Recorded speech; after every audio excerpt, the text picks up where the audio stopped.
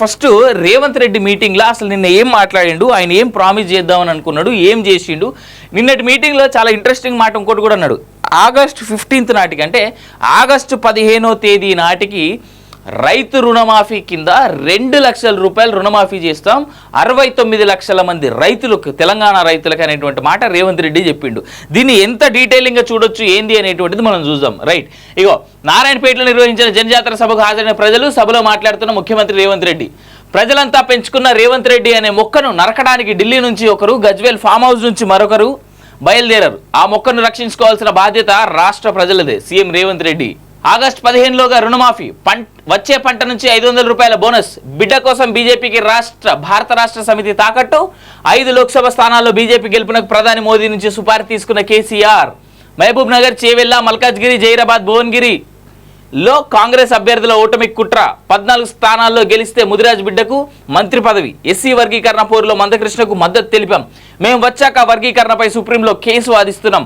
మాదిగల ఏబిసిడి వర్గీకరణ బాధ్యత కాంగ్రెస్ తీసుకుంది. రాష్ట్రాన్ని చక్కదిద్దేందుకు 12 గంటలు పనిచేస్తున్నాం. నారాయణపేట జనజాతర సభలో సీఎం రేవంత్ రెడ్డి.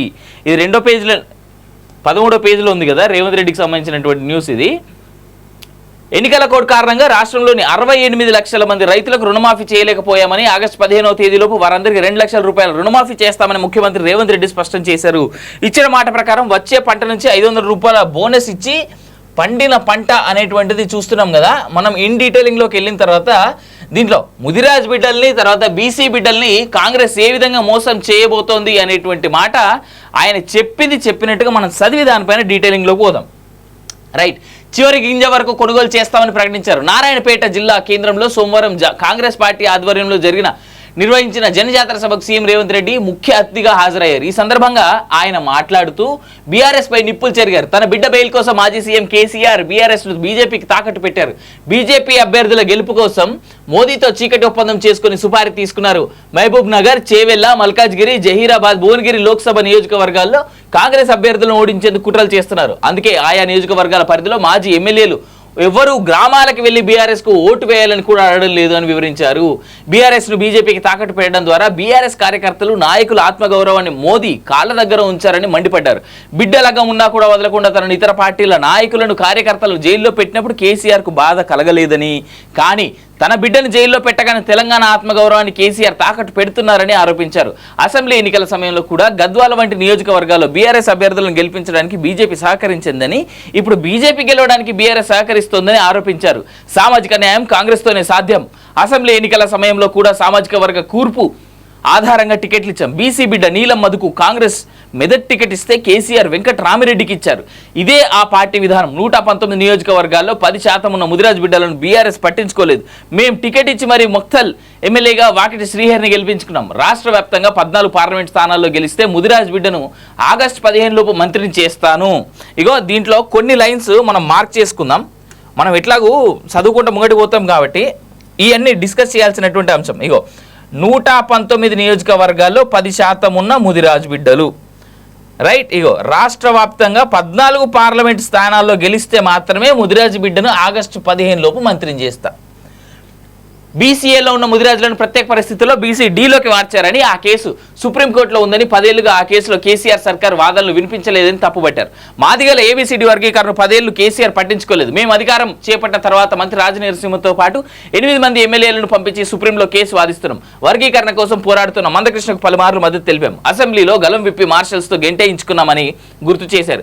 దళిత నాయకులు సిరిసిల్ల రాజయ్య, సంపత్ కుమార్, పాల్వాయి రజనీ, ప్రీతం కుమార్ కు పదవులు ఇచ్చామని, సర్వే సత్యనారాయణ కుమార్తె దళిత ఐఏఎస్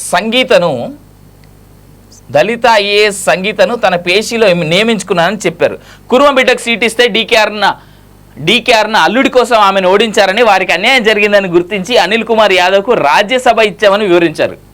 రైట్, వీటితో పాటు ఇంకా డీటెయిలింగ్ చెప్తాను నేను. నన్ను ఎందుకు ఓడించాలి? అధికారంలోకి వచ్చినప్పటి నుంచి సహచార మంత్రులతో కలిసి సెలవు కూడా తీసుకోకుండా రోజుకు 18 గంటల పాటు పనిచేస్తున్నామని, 10 ఏళ్లలో చేసిన 100 ఏళ్ల విధ్వంసాన్ని చక్కదిద్దే ప్రయత్నం చేస్తున్నామని సీఎం రేవంత్ రెడ్డి చెప్పారు.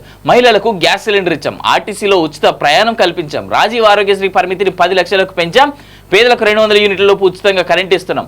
నియోజకవర్గానికి 3,500 రూపాయల ఇళ్ల చొప్పున రాష్ట్ర వ్యాప్తంగా 4.5 లక్షల ఇళ్ల నిర్మాణానికి 22,500 కోట్లు మంజూరు చేశాం. 60 ఏళ్లుగా పోరాడుతున్న బీసీ గణనకు అనుకూలంగా అసెంబ్లీలో బిల్ పాస్ చేశాం. 126 రోజుల్లో 30,000 ఉద్యోగాలు ఇచ్చాం. ఇందుకేనా రేవంత్ రెడ్డిని ఓడగొట్టాలని, ప్రభుత్వాన్ని పడగొట్టాలని ఆలోచన చేస్తున్నారు అని బీజేపీ బీఆర్ఎస్లపై తీవ్ర స్థాయిలో మండిపడ్డారు.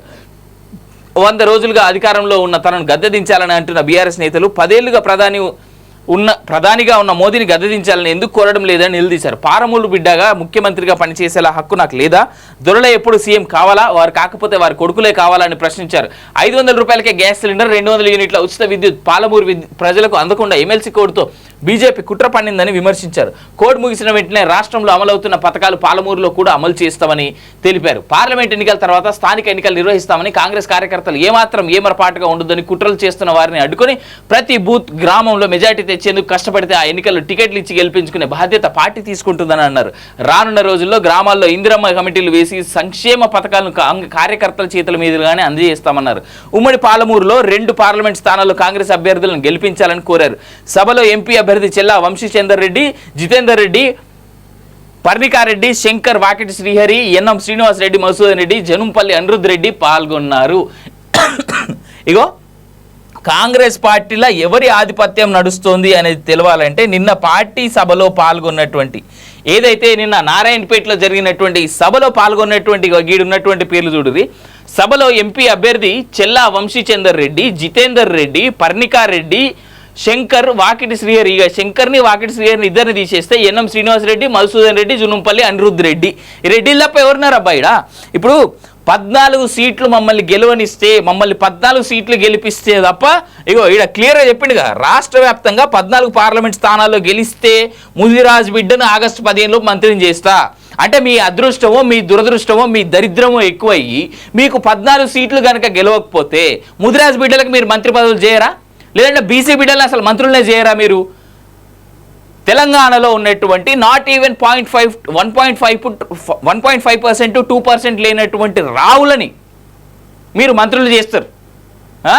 10% కూడా లేని రెడ్డిలందరూ ఇలా మంత్రులుగా ఉన్నారు. మరి బీసీలకు అధికారం ఇయ్యరా? ఆ బీసీల అధికారం నిర్వహించడానికి పనికిరారా? లేదంటే బీసీలకు అసలు టికెట్లు ఇయ్యరా? ఎంతమంది బీసీలకు మీరు టికెట్లు ఇచ్చారు? ఇక చెప్తున్నాడు ప్రౌడ్గా, ఏందది 119 నియోజకవర్గాల్లో 10% ఉన్న ముదిరాజ్ బిడ్డలను బీఆర్ఎస్ పట్టించుకోలేదు, మేము పట్టించుకున్నాం, మేము టికెట్ ఇచ్చి మరి మక్తల్ ఎమ్మెల్యేగా వాకిటి శ్రీహరిని గెలిపించుకున్నామని. ఎంతమంది బీసీ బిడ్డలకు మీరు టికెట్లు ఇచ్చి ఎంతమందిని గెలిపించారు?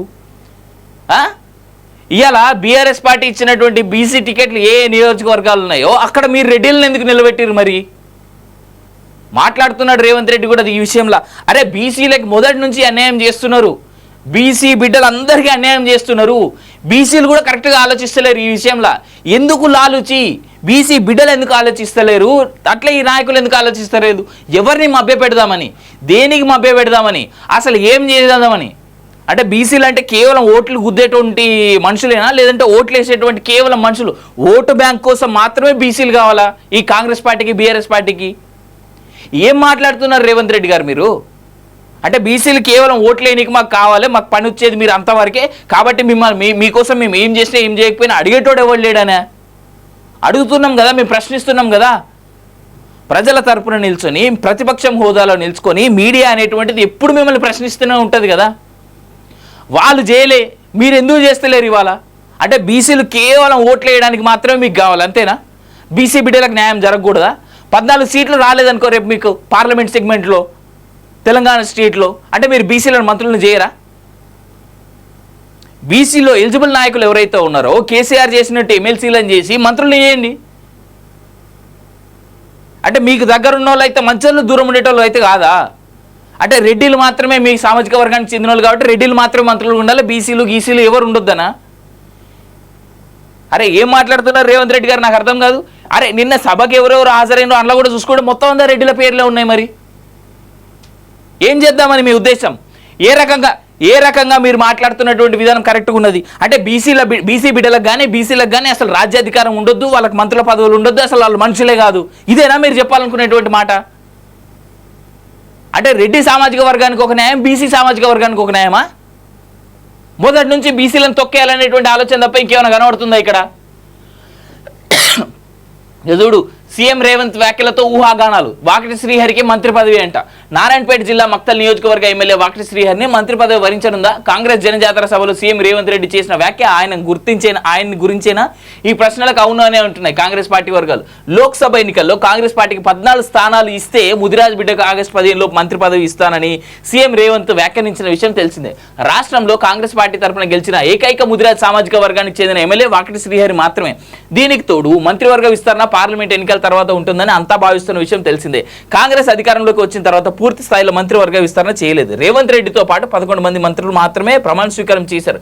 మంత్రివర్గంలో మరో 6గురికి అవకాశం ఉంది. ఈ నేపథ్యంలో వచ్చే మంత్రివర్గ విస్తరణలో వాకిటికి అవకాశం ఉందంటూ ఊహాగానాలు చెలరేగుతున్నాయి.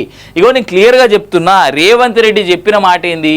14 పార్లమెంట్ సీట్లల్లో కాంగ్రెస్ పార్టీ గెలిస్తేనే సీట్ ఇస్తా, మంత్రిని చేస్తా అని అన్నాడు. గెలవకపోతే సంగతి ఏంది? గెలవకపోతే 14 రావు, మీకు నేను రాసిస్తా. 14 సీట్లు కాంగ్రెస్ పార్టీకి రావు, 7, 8 వస్తాయి. సరే మీ అదృష్టం ఎక్కువైతే 10 వచ్చినాయి అని అనుకుందాం. ఏం చేస్తారు?